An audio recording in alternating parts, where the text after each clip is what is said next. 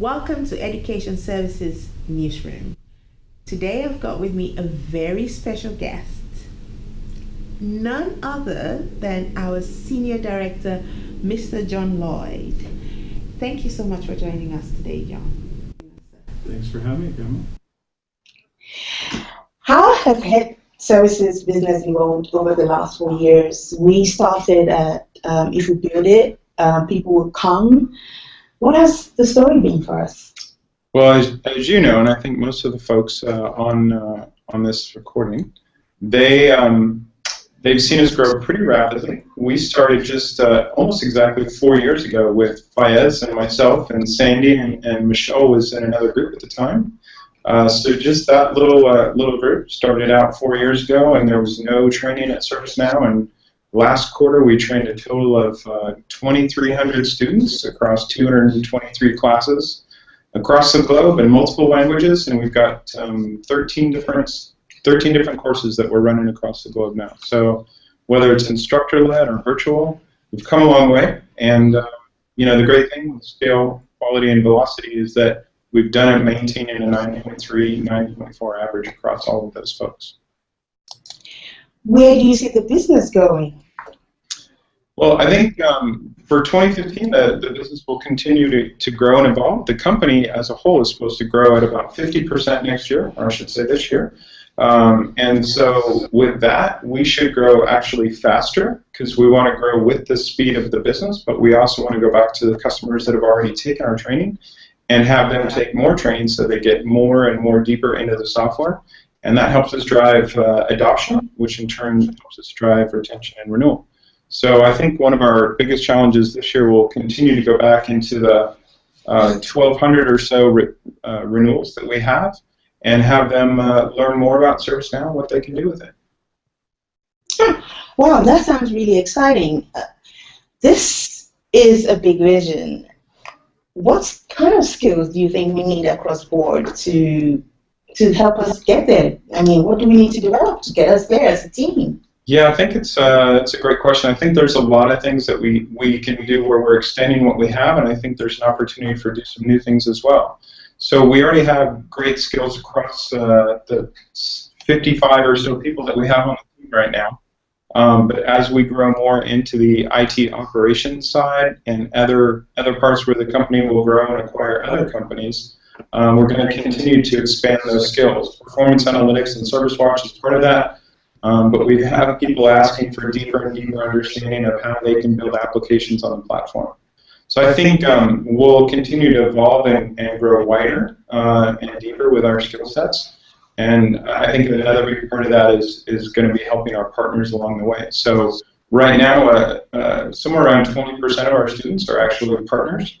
And so obviously they're taking that knowledge and helping us to grow the ecosystem as well. So we should really see them as an extension of our family. Well, thank you so much for that. So we are looking at 2015, a time to develop more skills and more talents. And how do you see our relationship with the ATPs evolving as a result of this? Yeah, so the training partners across the globe are initially a great way for us to cover different territories and regions and languages. But really, they need to be what we would call our bench. So next year, probably going to train instructor-led and virtual instructor-led somewhere around 15,000+ people. We trained about 9,000 this year, and to date, we've trained about 21,000. So we'll train between our classroom training next year. We'll train almost as many as we trained in the last 4 years. And so we need to have a lot of ATPs with a lot of skills, a lot of languages, and Fayez and I have done that for the last few years. That's one of our main jobs, is to go out and recruit new training partners and help them get on board and certify their instructors so they can be part of the team. So what other skills apart from languages do our ATPs need to have? I think the training partners as a whole have a great opportunity because they are also doing implementations for the most part, and so where our folks, we have to work to get them on implementations and have them get some of that experience through the implementation simulator and other opportunities. Most of the partners start there, So they start with that implementation experience, and what we really want to do is help them learn how to become great trainers as well. So I think thinking about the skill sets of how can they be better trainers, some of that is just trainer 101 type stuff, but also help them expand their skills into virtual training, and also get them to do their own training. So not just train for us, but to train on the things that we're not going to do. So we do a great job, I think, of communicating with the partners on what we do and what we won't do. And so having them fill in those gaps, again, to take great care of our customers is one of the things that we'll focus on this year. Right. Wow. We won this award last year. I just can't help talking about the SEDMA award. I love it. I'm so proud to be on this team. We won the SEDMA award last year, sir. And how does that make you feel, first of all? That's, again, two awards from SEDMA in 3 years is phenomenal. SEDMA is the industry recognized leading organization for training directors and executives. So it's companies that are all high-tech focused, hardware and software, but again, all hardware, software, high-tech, and again, typically manager and above. So to be recognized against companies like Cisco and VMware and Microsoft, those are all companies that are part of that organization, even Salesforce and Google. And to win 2 of their annual awards, they only give 2 awards a year. So to win 2 of the 6 possible awards across 3 years is pretty amazing. So feel really awesome about that. And again, it was a team effort the first time around. It was a team effort this time around. So that innovation award is, again, we won the Impact Award, which is about scale and quality, and doing it in a rapid time frame because we won that 18 months in.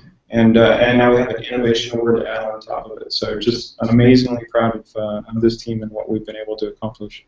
Yeah, we're innovators. We do things in a unique way. And thank you for your great leadership. I mean, I can't imagine how we could have gotten here without you. So obviously. What are some of the challenges you see for this team this year?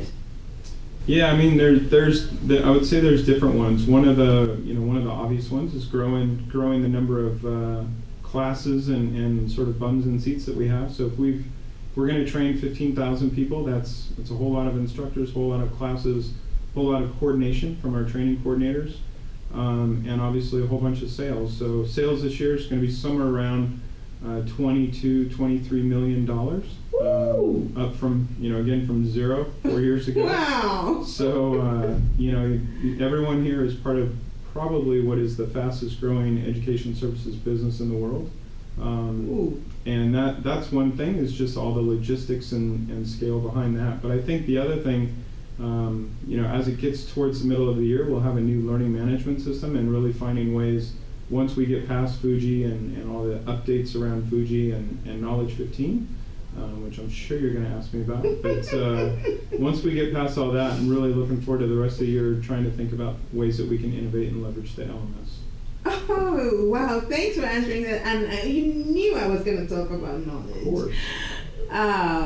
So, what surprise do you have in store for us this year? Wow. So I don't think that, what typically happens is the number of people that go to pre-con, our pre-conference training, is about the same number of attendees that attended Knowledge 2 years ago. So that gets harder and harder to maintain that scale. But again, this year we're going to expect somewhere around 2,200 to 2,400 students in pre-conference training. That's across 12 different classes. The only class we don't run at Knowledge is our implementation boot camp. Just can't fit 5 days into 2. But even all our 3-day classes, we condense those into 2 days. We accelerate. We always have a 10-to-1 ratio. We've got lots of training partners, lots of people. Our pre-sales, what we call the solution consultants, there's going to be well over 250 people just helping us to run pre-con this year. So, Andy and the team have put together some great classes. We've got the new PPM class. We've got the reporting and performance analytics, which Lena and Diane are working on, and that's going to be an official launch at Knowledge.